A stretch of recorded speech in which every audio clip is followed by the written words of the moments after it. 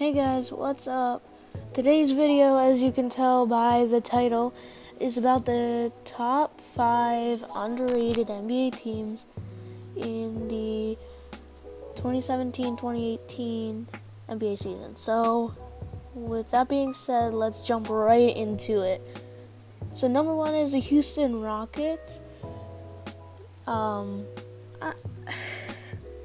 They have been heavily televised and covered, so you might be thinking, how are they overrated?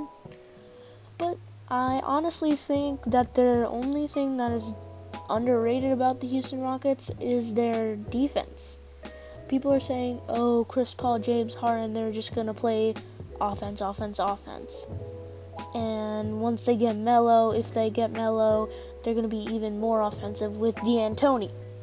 So I'm just here to tell you that that's not really the case. So, first of all, Chris Paul is a better defender than Patrick Beverley, who is known as the defensive stem of the team last year. So, he was first team all defense, so that should really say something. Not many players can do that in their career, have very good assist numbers, scoring numbers, and defensive numbers. So their defense isn't bad. It's actually pretty good. And Nene is a top 50 rebounder in all the centers in the NBA. And you also have a young, promising center in Clint Capella. Capella's only 23, so he has a lot of years to develop. And he was injured for some of the year this year, so his numbers were skewed. Offensively, I don't really think there's much to be said, but like Harden was first in assists with 11.2. Chris Paul was fourth in assists, so you can only imagine what they would do with Ryan Anderson and Eric Gordon. They would just be sending flames to the court. Not to mention Trevor Ariza's there to shoot some trays too. And D'Antoni won Coach of the Year. So, all in all, the Houston Rockets not only have a supreme offense, they have a pretty solid defense. Alright, so number 2 is the Portland Trailblazers. Now, the players on this team are also underrated. So, I'm going to talk about Damian Lillard first. Mike Orzembo made a great video about him about a couple days ago. And he said that Damian Lillard is always snubbed from the All-Star games. I'm not here to talk about that. I'm talking about how great he is. The guy averages 27 points, 6 assists, 5 rebounds. Those are some great numbers, especially for someone who's a point guard. And I think a lot of people forget that they had the number 10 draft pick in Zach Collison this year. Zach Collison was the Gonzaga's best player, and they made it to the championship. That's really saying something. He's a very good rebounder, and he could be even mentored by Yusuf Nurkic. Now, speaking of Yusuf Nurkic, the guy is the first guy in 14 years to have a historic game with 28 points, 20 rebounds, 5 assists, and 5 blocks at least. The guy who did it 14 years ago? Kevin Garnett. Kevin Garnett.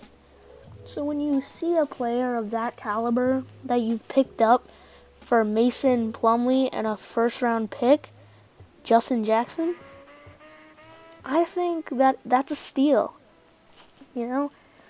So it's whatever. But I think that he's really something special. And I think the Nuggets lost out on something. And I'm sorry about saying Justin Jackson. I know it was actually Donovan Mitchell. Now, lastly, Portland Trailblazers just have overall great chemistry. especially their killer backcourt. I mean, that backcourt cannot be beat. I mean, just defensively, but like on offense, they are amazing. Can't be stopped. And overall, they're building a relationship with Nurkic, and there's never been a problem between CJ and Damian Lillard. So I think the Blazers are looking up this season, and I know they have Evan Turner, I know they have Myers Leonard, but they did get rid of Allen Crabbe, so that's a plus.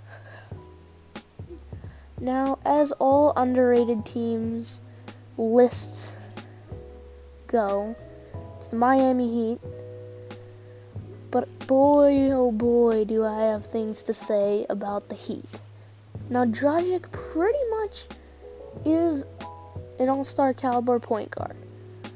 He doesn't have the scoring of an all-star caliber point guard, but he's like 5 points per game away from being as good as Kyrie. Now, I know that's shallow to measure a player's, I guess,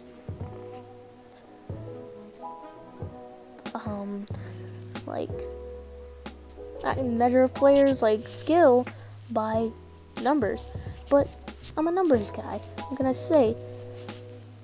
With him putting up numbers that are similar to Kyrie, and he's at a similar height of Kyrie, similar body of Kyrie, I think Dragic is a diamond in the rough.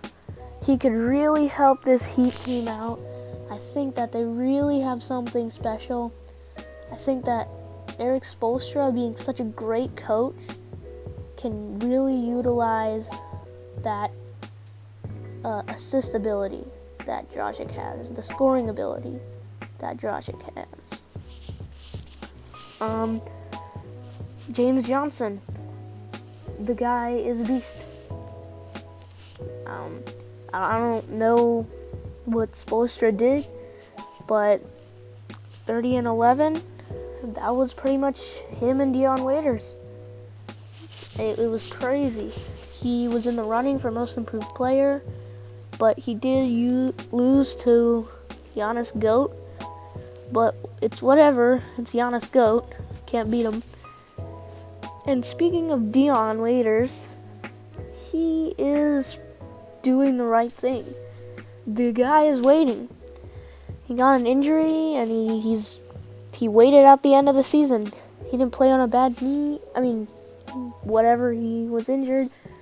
But I'm glad that Waiters didn't do something stupid, especially after he had such a spectacular run in that 30-11 game. Run.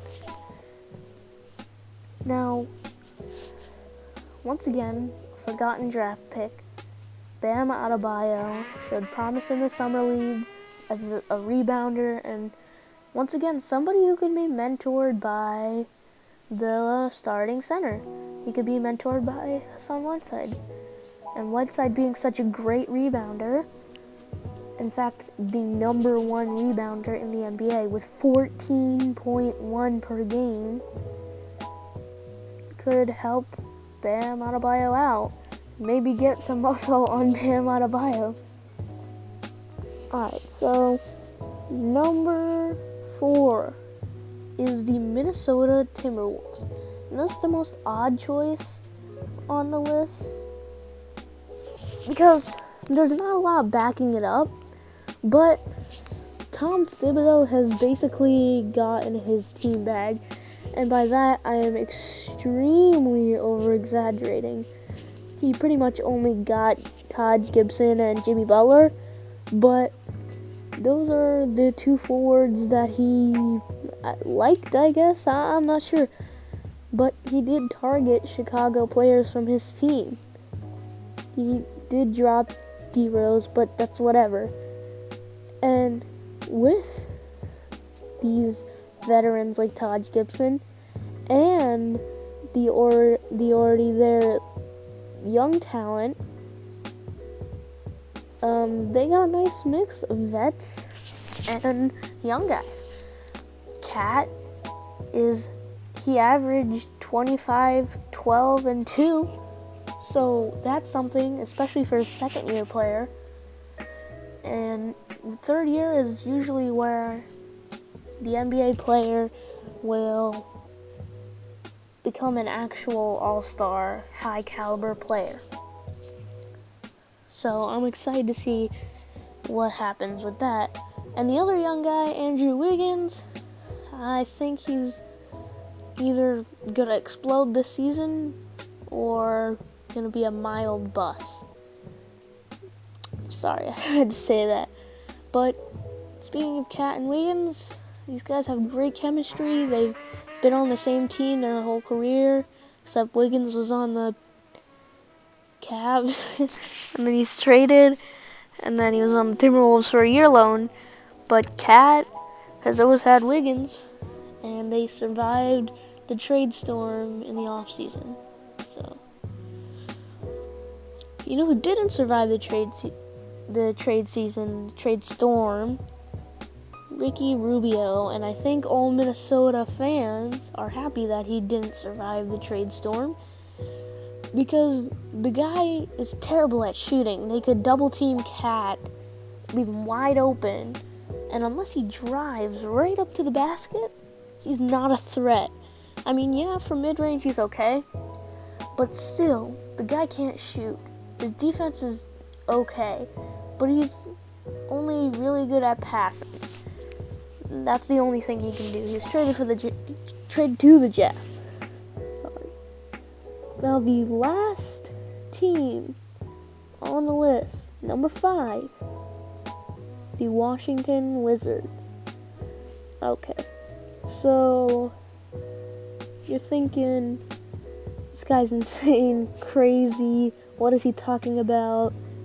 But they have one of the best coaches in the league. I mean, it does not get much better than that. They have John Wall, Bradley Beal, and they just have a very talented starting lineup. And Scott Brooks, their amazing coach, is able to manage that all. That's great, especially with Bradley Beal being back. He's able to do a lot more. Bradley Beal not being injured. And John Wall being such a beast, second in steals, averaging 2 a game, second in assists with like almost 11 a game. Yeah, but their starting lineup is amazing. And Markieff Morris and Otto Porter are a great complement to Beal and Wall. You know, it just works out great. Markieff and Porter. I mean, I guess not really Porter, but Markieff's a rough guy, and they're both shooters. Porter being, I think, the best three-point shooter in the league. So that's gotta count for something, right? And finally, their bench problem is mildly solved. Bojan, I'm not even gonna try to pronounce his name, is finally helping out Kelly Oubre Jr. off the bench. That's looking great. So, yeah. Alright, so that concludes the list today. Leave your list in the comments below, and tell me if you think that my predictions are right. And also, one last thing.